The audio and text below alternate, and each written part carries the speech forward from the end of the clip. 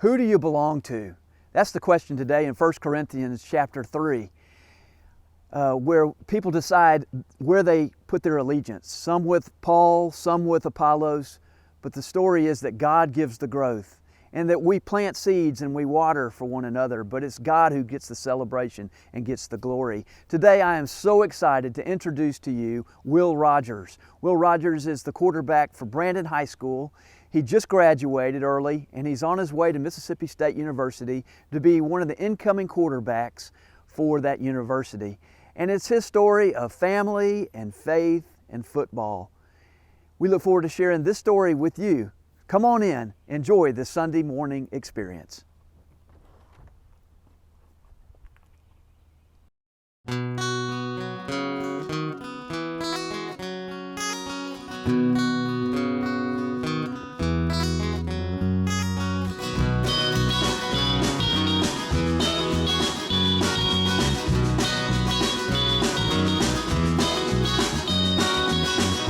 Thoughts keep running through my head as I walk this road with nothing ahead.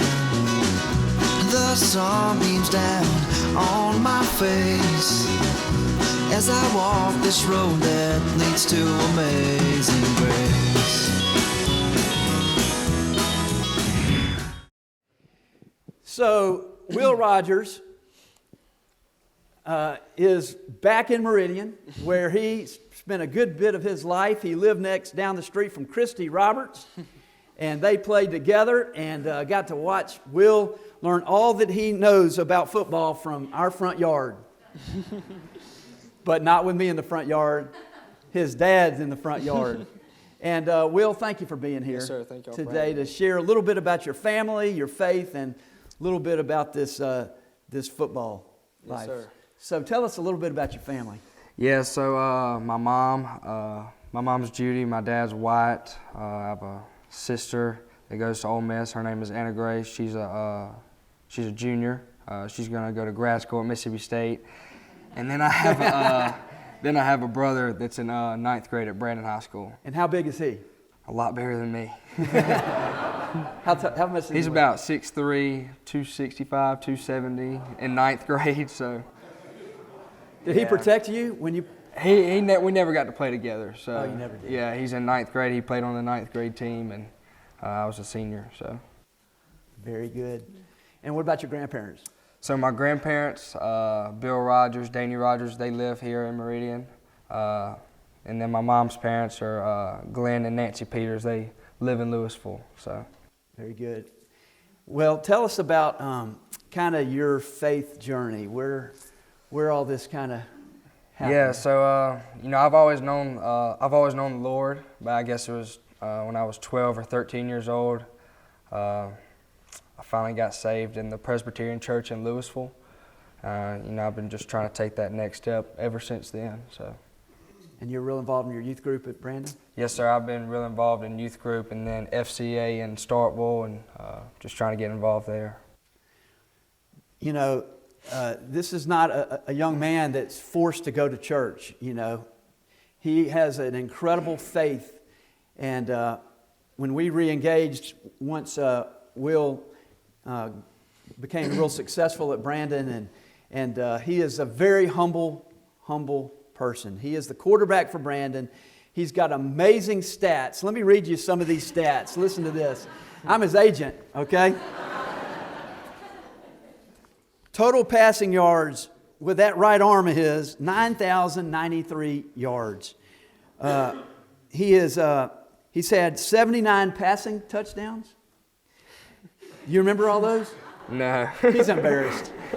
He's had 197 passing yards per game. He's completed 662 out of 1,038.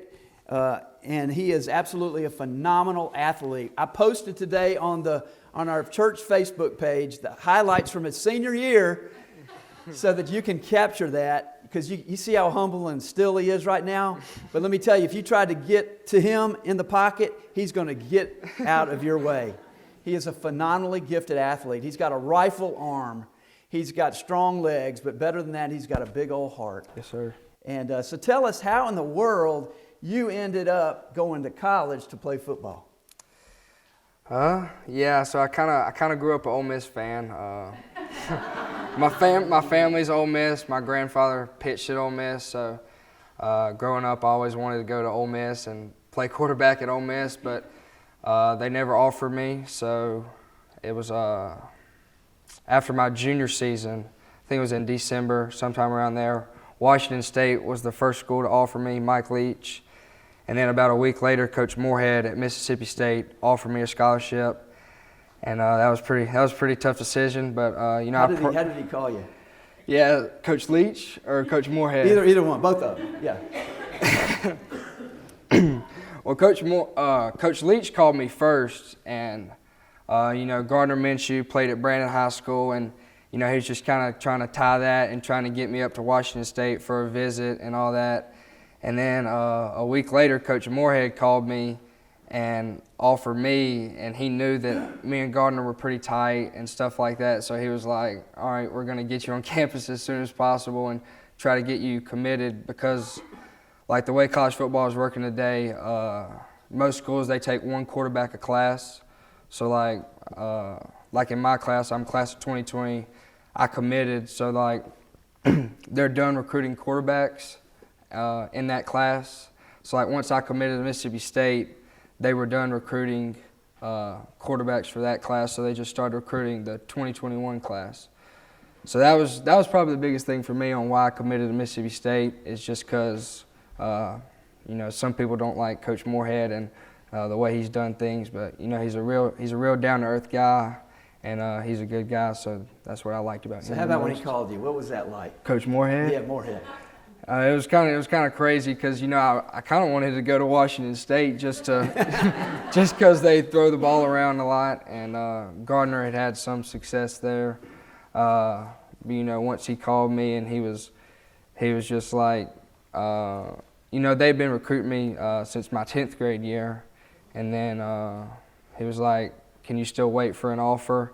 And I was like, yeah, I'll wait however long I got to wait. And he was like, all right, you can wait 2 more seconds because you just got offered from Mississippi State.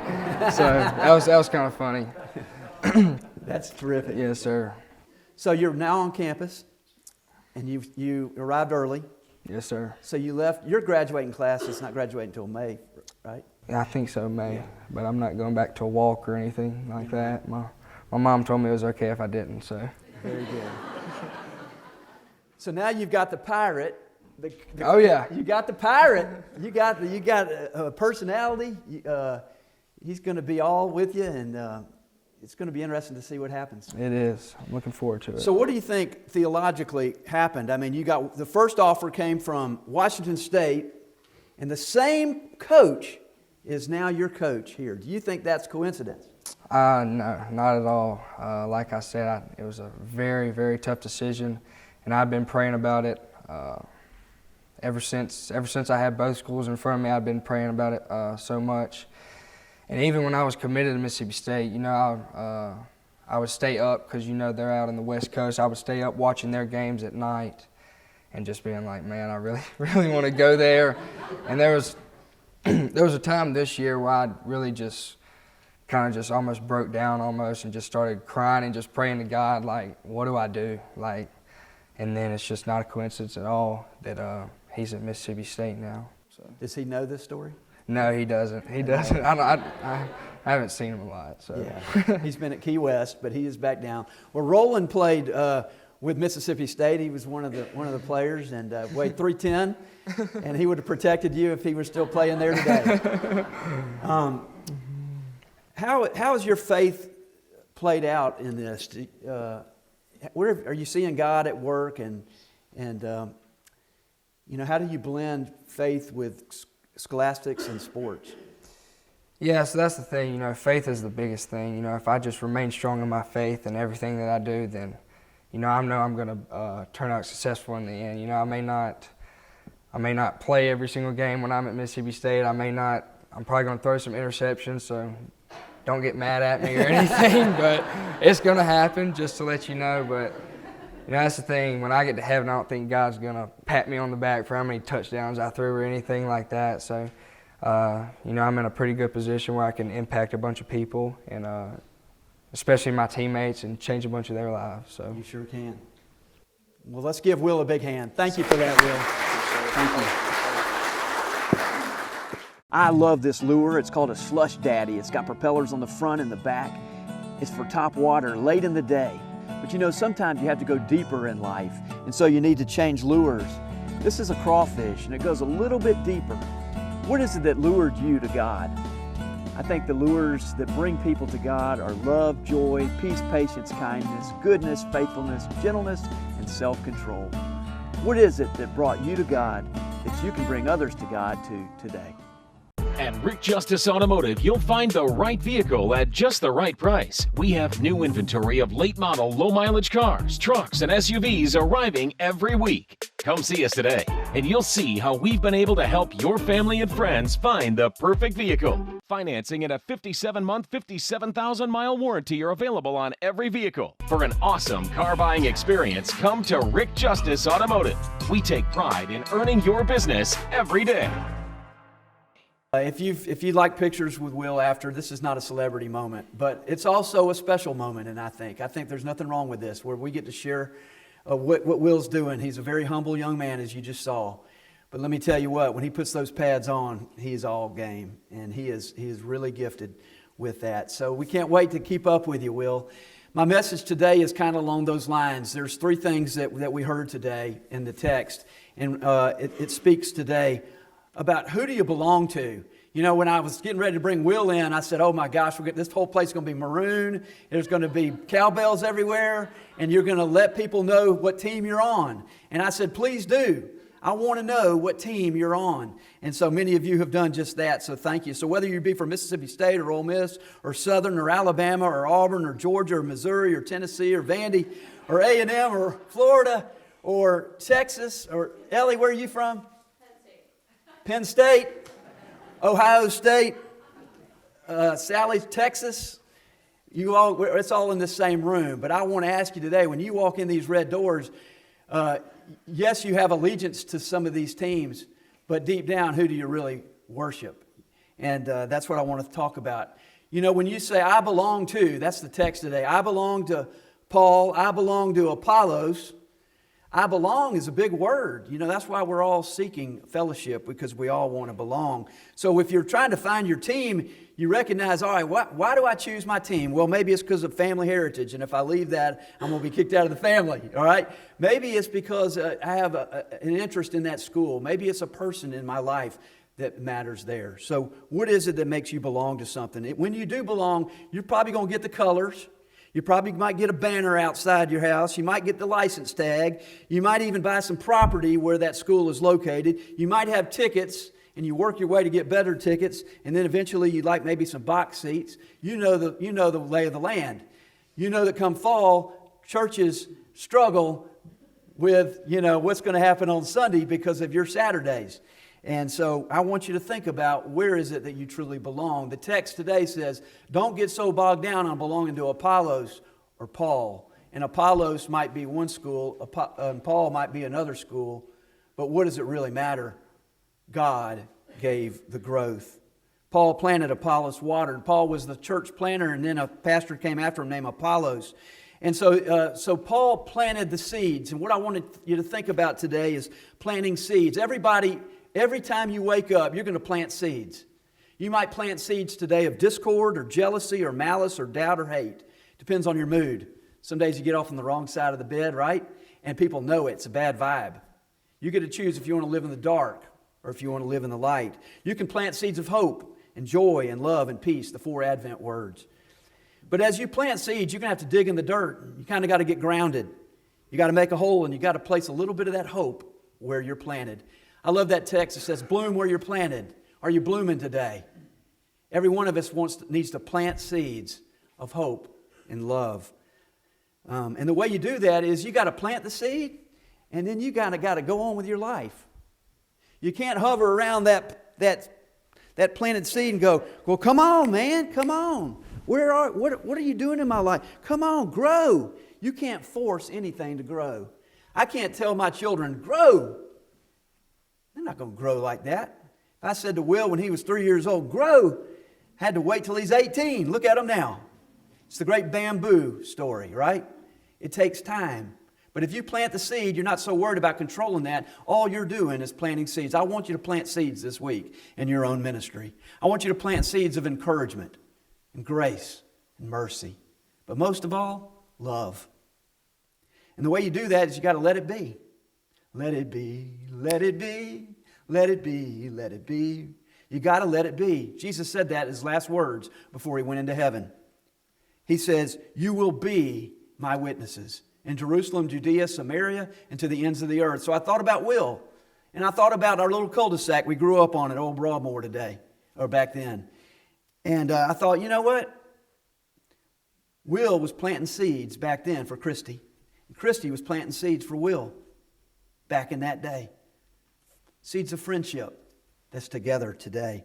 And so I thought about that. You go from Meridian to Brandon to Starkville. Now you're going to be on the SEC channel. And soon you'll be beyond that. I want you to plant seeds. I want all of us to plant seeds. You start out small. You start out close. Then you work your way out. You see, we're not here to be great. We're here to serve. And the way you serve best is to serve to those who are closest to home. So you plant your seed and you let God do what only God can do. The second thing is Apollos watered. You got to nurture where you are. You got to sprinkle your spirit. You got to nurture one another and nourish one another. When Will Rogers was age 3, this is the big story I have of Will Rogers. When I think of Will Rogers, I think of him when he was a little guy, just out of pull-ups, and he would come to our house absolutely almost every day, and he would knock on the door, and he would say, Mr. Tom, I'm thirsty. Mr. Tom, Miss Page, I'm thirsty. But he wouldn't say thirsty. He'd say thirsty. I fell in love with Will because of that.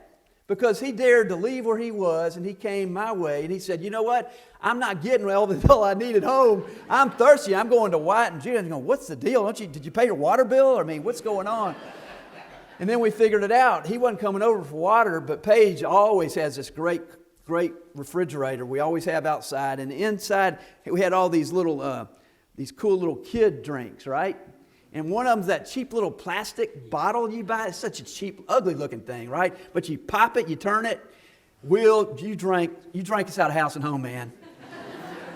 You brought us down. I should have written it off on taxes, as like ministry or something. And then we switched over to those drinks where you got to take that straw and you got to figure out how to stab it, right? You stab it in there. And as soon as Will would do that, man, there's like 3 sips in it and you're done. He'd come back knocking on the door, and what would he say? I'm thirsty. Paul planted, Apollos watered. I think I'm a little bit of that Apollos. It's an honor to water. Bring the water to you, my friend.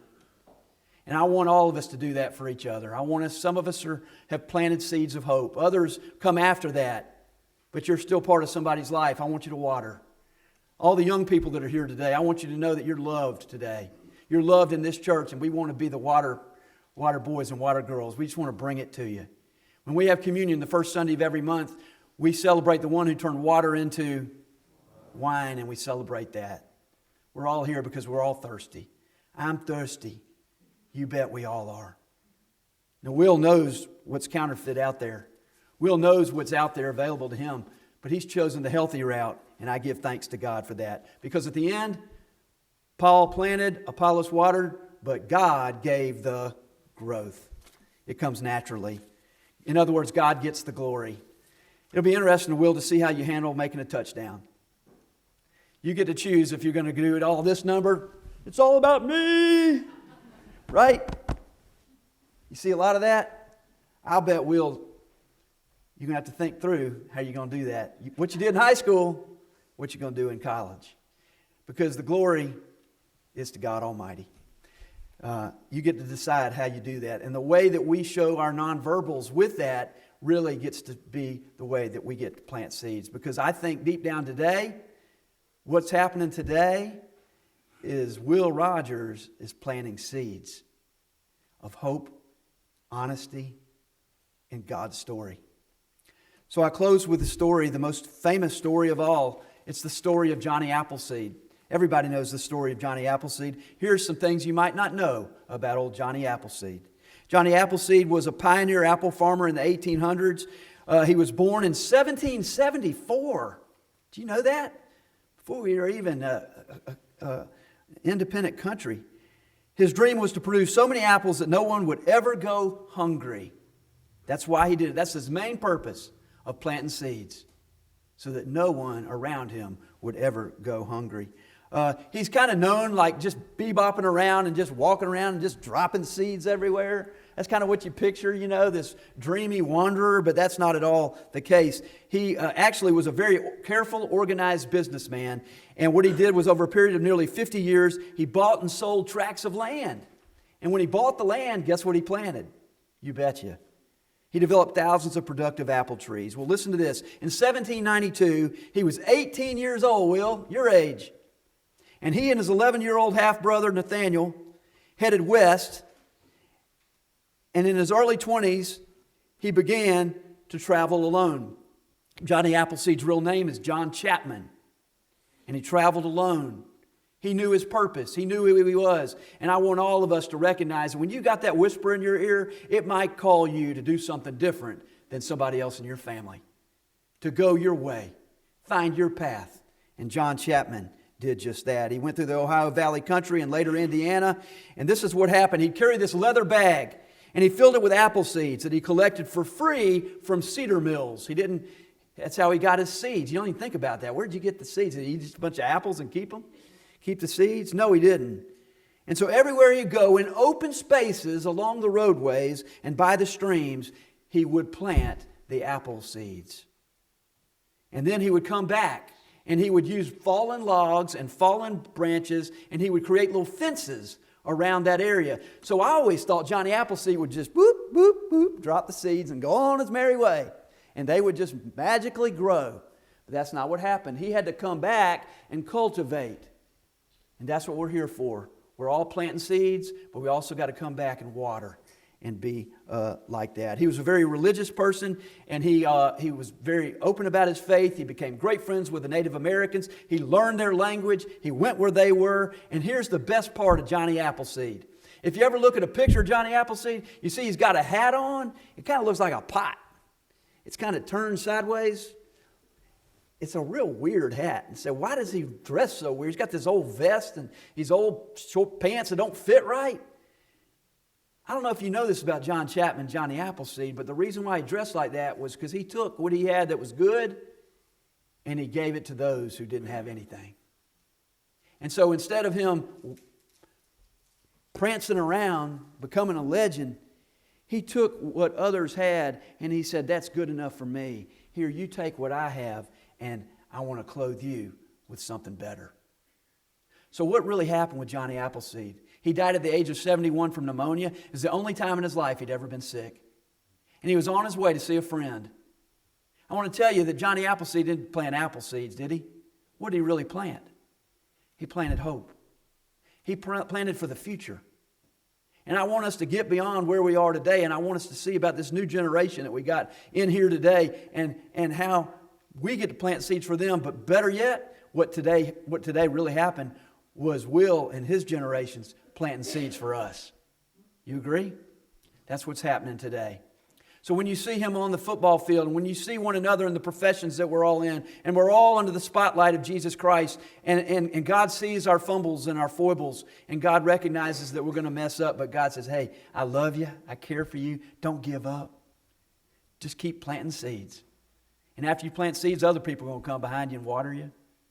Some of you are near the end of your life, and you know it. Some of you are dealing with diseases, and there's not much hope. What are you going to do? You're going to keep living with it, with a disease. And how do you live with disease? You live by planting seeds. Planting seeds of gentleness and kindness and goodness. So today I think we've experienced that. I think we together, as many generations in this room, have experienced what God's doing in Will Rogers' life. Of all people, all the way on the West Coast, Air Raid, the coach there is now the same coach that offered Will is his coach now. That is absolutely God incidence. It's not coincidence. And so as you plant seeds and as you water, remember that God makes it all happen. We're all growing up. We're all growing outward. and let's all grow to be more like Jesus Christ. Time to Shine Car Wash. What a perfect place to get your car and truck cleaned up. Man, Dylan, you are muddy. Yes, sir, I am. But you know, you come alongside people in their dirt and in their filth and you get them all cleaned up, and that's what a friend's all about. That's right. I see on your tattoo you got Philippians 4:13. Yes, sir. And what does that say? I can do all things through Christ who strengthens me. Absolutely, and that's the name of the game. People are here to help you, so nothing's too dirty for you to get cleaned up. This is Tom Sykes for a Hush and Rush moment on the road in between. Vision, quality, experience. Glass Incorporated's expert glaziers can handle single window panes to entire high-rise buildings. Whether you need storefront windows, skylights, mirrors, or shower enclosures, no job is too big or too small.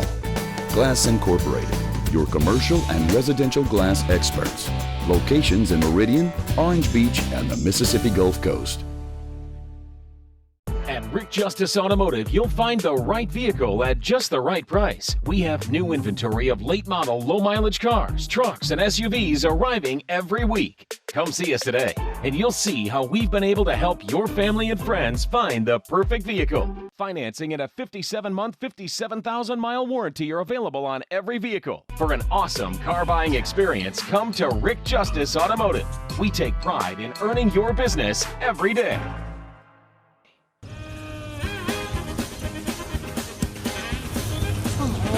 Tyler, please help me.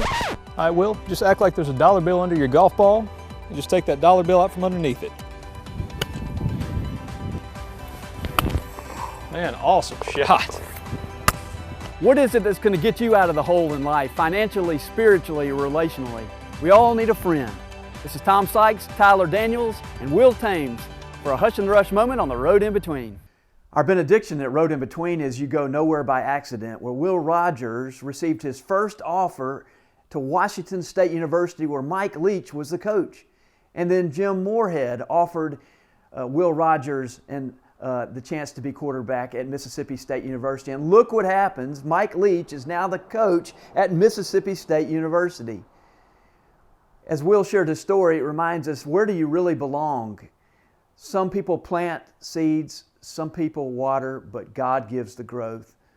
So Will Rogers, as he started out being a fan of Ole Miss and now he's at Mississippi State, the good news is it's all about family, it's all about faith and the celebration of the football sport that unites us all together here in the Southeastern Conference. I hope you've enjoyed the show. I want to ask you a question. Where have you seen coincidences in your life? Because they're not coincidence, they're God incidents. And it's a chance for us to shine and share what God is doing. Until next time, remember that you go nowhere by accident. Wherever you go, God is sending you. God has a purpose in your being there, and He's given His Holy Spirit to you. This is Tom Sykes. Until next time, I hope you enjoy your road in between.